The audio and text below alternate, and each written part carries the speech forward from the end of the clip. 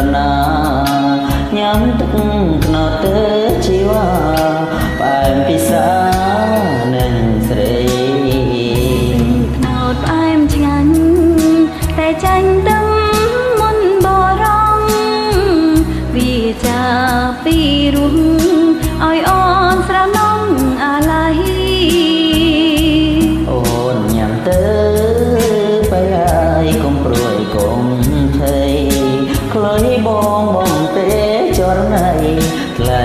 ថ្លៃក្បែរថ្នោតស្នេហាញ៉ាំទឹកថ្នោតបងអូនញ៉ាំមួយជីវិតថ្ងៃក្រោយក្បត់ចិត្តបងពិតជាខ្សែសងខាអូនគ្មានបងนุ่งបែរនោះល្អក៏សូនជន់មីណោតអើយសូមជួយកត់ត្រាខ្ញុំមរណា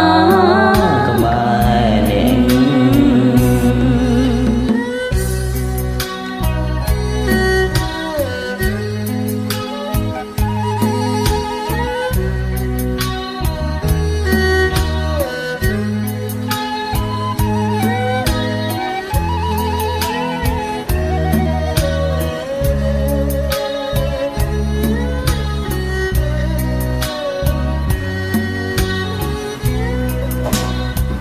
ទឹកថ្នោតផ្អែមឆ្ងាញ់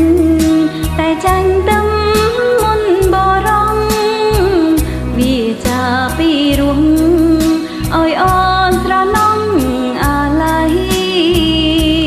អូនញ៉ាំទៅไปហើយកុំព្រួយកុំភ័យ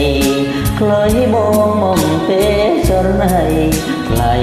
ថ្លៃក្បែរថ្នោតស្នេហាញ៉ាំទឹកថ្នោតបងស្នេហ៍ស្នងញ៉ាំមួយជីវិត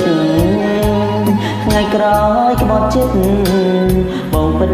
ជាខ្សែសងខា